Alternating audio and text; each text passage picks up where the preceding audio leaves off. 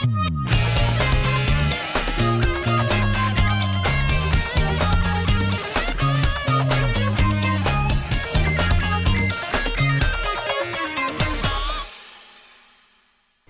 aš Ieva Ševiakovaitė, drabužių dizainerė. Esu žalioji, ekologija domiuosi, galime sakyti, nuo vaikystės, nuo 16 kokių metų. Buvau turbūt pirmojo Lietuvoje ekologijos klubo narė. Ir ta problema iš tikrųjų egzistavo ir anksčiau, tik tai apie tai niekas nekalbėjo. Dabar tai staiga patapo labai madinga apie tai kalbėti. Stengiuosi rūšiuoti šiukšles ir stengiuosi nenaudoti celofaninių maišelių. Sakysite, o kaipgi be maišelių? Tai vienas svarbiausių apsipirkimo atributų. Parduotuvėje atsivyniojame vieną kitą gražų, naują, čežantį maišiuką, atsiplėšiame, patogiai viską susipakuojame, prie kasos dar prigriebiame kelis didesnius maišus ir išdidžiai žingsniuojame namų link. Kitą dieną vėl tas pats. Man labai įspūdį paliko tai, kai aš sužinojau, kad celofaniniai maišai arba kompaktiniai diskai, kad jie apie 300 metų, kol išyra. Tai iš tikrųjų man labai įspūdį paliko tas dalykas. Bet ir šiaip, ir dėl estetinių sumetimų, ir dėl funkcinių sumetimų. Tai maišeliai tai tokie ir šiukšlė, ir negražu. Vos kelis gramus sveriantis plastikinis maišelis jau tapo vartotojiškumo simboliu. Didžiausias Lietuvoje prekybos centrų tinklas per metus sunaudoja 360 tonų fasavimui skirtų maišelių. O kas suskaičiuos dar ir didelius pirkinių maišus? O visa tai, į ką produktus pakuoja kiti prekybos centrai bei turgaus prekeiviai, skaičiai pribloškia. Kiekvienam europiečiui per metus tenka apie 500 maišelių. Patekę į gamtą, pavyzdžiui, vandens aplinką, jie suyra iki smulkių dalelių ir, tarkim, kažkokie vandens paukščiai ar gyvūnija praryja tas daleles ir tiesiog paspringsta. Tai vienas toks dalykas. Kitas, yrant tiems maišeliams išsiskiria kažkokios pavojingos medžiagos, pavyzdžiui, bisfenolis A, kuris ardo endokrininę sistemą ir taip gali pakenkti tiek žmogui, tiek gyvūnijai. Vietoj to, kad naudoti celofaninius maišiukus, galima pasisiūti kažkokį maišelį. Ir jis iš tikrųjų labai patogus. Tu kažką įsidedi, ar tai kelionį kažkokias kojines, sakykime, ar kažkokius nešvarius kalbinius, ar kažkokius tai dokumentus. Ir tu visą atrasi. Šiaip tai numeti ten kažkokie maišiukai, paskui nerandėjau, čia tu jau iš karto žinai, va, mano kojines tą maišelį. Tai va, tokių visokiausių maišiukų galima irgi pasidaryti daugkartinių. Dizainerė Ieva Ševiakovaitė į kovą su plastikiniu šio amžiaus siaubu paniro visą galvą. Šioje kovoje jos stipriausias koziris – paprasčiausias drobinis maišelis, su kuriuo galima apsipirkti 100 kartų. Mes jau seniai kūrėme krepšius, daugiausiai, aišku, čia yra pirkinių krepšiai ir turime visokiausių modelių. Ir tokių ir linksmesnių modelių, ir rimtesnių visokiam skoniui.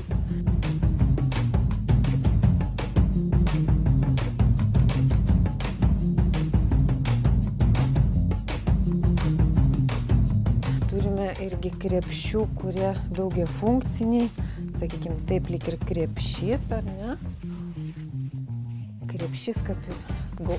Krepšys gobtuvas. Jeigu lyja, tai yra gobtuvas. Tai vat, jeigu reikia kažką susidėti, tai va čia, sakykime, krepšys.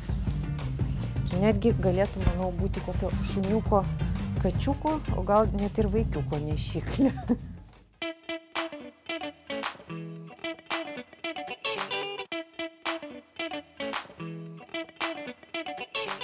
Žaliai iš tolo pažinsi. Kas su pintine, kas su medžiaginiu krepšiu ar paprasčiausiu kibiru. Svarbiausia visais įmanomais būdais vengti iš naftos gaminamų polietileninių pakuočių. Mes čia su dizaineriais darėm tokią akciją, ar ne?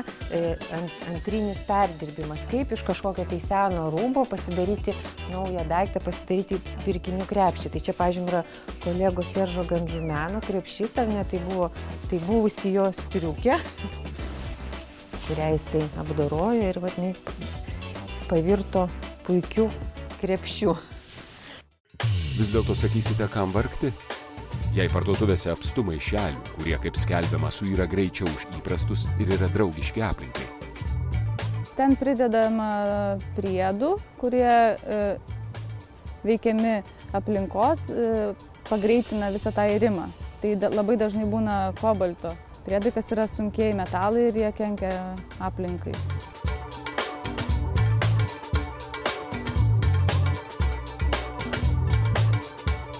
Nudažo žalia spalva, kad būtų pirkėjai priimtiniau ir galvotų pirkėjas, kad daro gerą darbą, bet yra toks naujas terminas išverstas į lietuvių kalbą žalioji miglovara. Tai arba, kitaip tariant, greenwashingas. Tai, taip smarkiai nesidžiaugčiau. Kiekvieną minutę pasaulyje sunaudojama milijonas plastikinių maišelių. Išsivysčiusios valstybės jau ieško būdų, kaip pažaboti šią ekologinę katastrofą. Italija šiemet uždraudė plastikinius maišelius. Didžiojoje Britanijoje vieno mažo miestelio gyventojai susitarė ir maišelių atsisakė savarankiškai. Aplinkosaugininkai primygtinai siūlo nemokamus maišelius apmokestinti arba sąmoningiau juos naudoti. Pirmiausia, turi būti skatinamas nevartojimas ir tik tada perdirbimas. Tai tokia, tik nežinau kiek, pas mus, man atrodo, vis tiek jaučiasi visuomenė, kad akcentas yra į rūšiavimą, į perdirbimą, o ne į patį vartojimo neskatinimą. Turim tokią palaininukę. Tuo mes iš jos pasidarysim krepšį.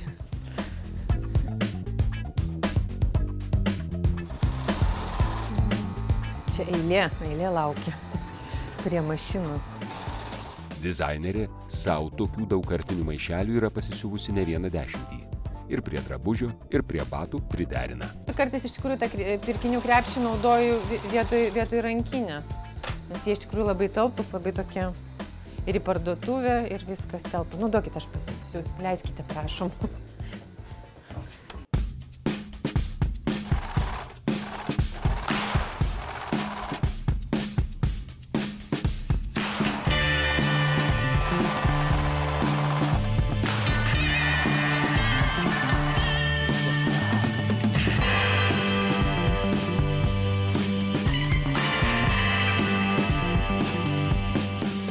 Puikus krepšys, kurį netgi galima užsidėti va taip kaip kuprinė, kaip tašė arba puikiai kuprinė.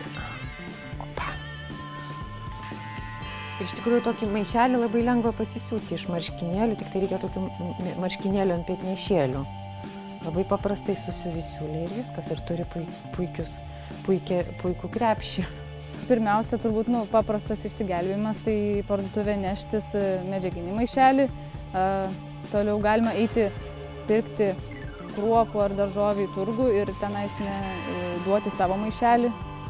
O po to, jeigu jau nepavyksta išvengti to maišelio, tai aišku, bandyti panaudoti dar kartą, o jeigu jisai jau kai suplyšta, tai tada žinoma perdirbti. O dabar 2 istorijos apie plastikinius maišelius pabaigos versijos. Pradėkime nuo linksmosios. Panaudoti maišeliai išrūšiuojami ir perdirbami. Iš perdirbto plastiko granulių pagaminami šiukšlių maišai, kibirai, plastikinės kompiuterių ar telefonų detalės. Liūdnoji pabaiga. Vėjas maišelį nupučia į gamtą. Liūtis jį nugramzdina giliai į dirvožemį. Nepasiekiamas saulės spindulių, plastikas yra dar lėčiau. Tad aplinką užteršia mažiausiai keliems šimtams metų. Vat kaip žmonės atvažiuoja lyg ir į gamtą ilsėtis prie kažkokio ežero, kažkokiam vienkiemį ir tu pamatai va tas visas šiukšles ir kodėl jie nesurenka.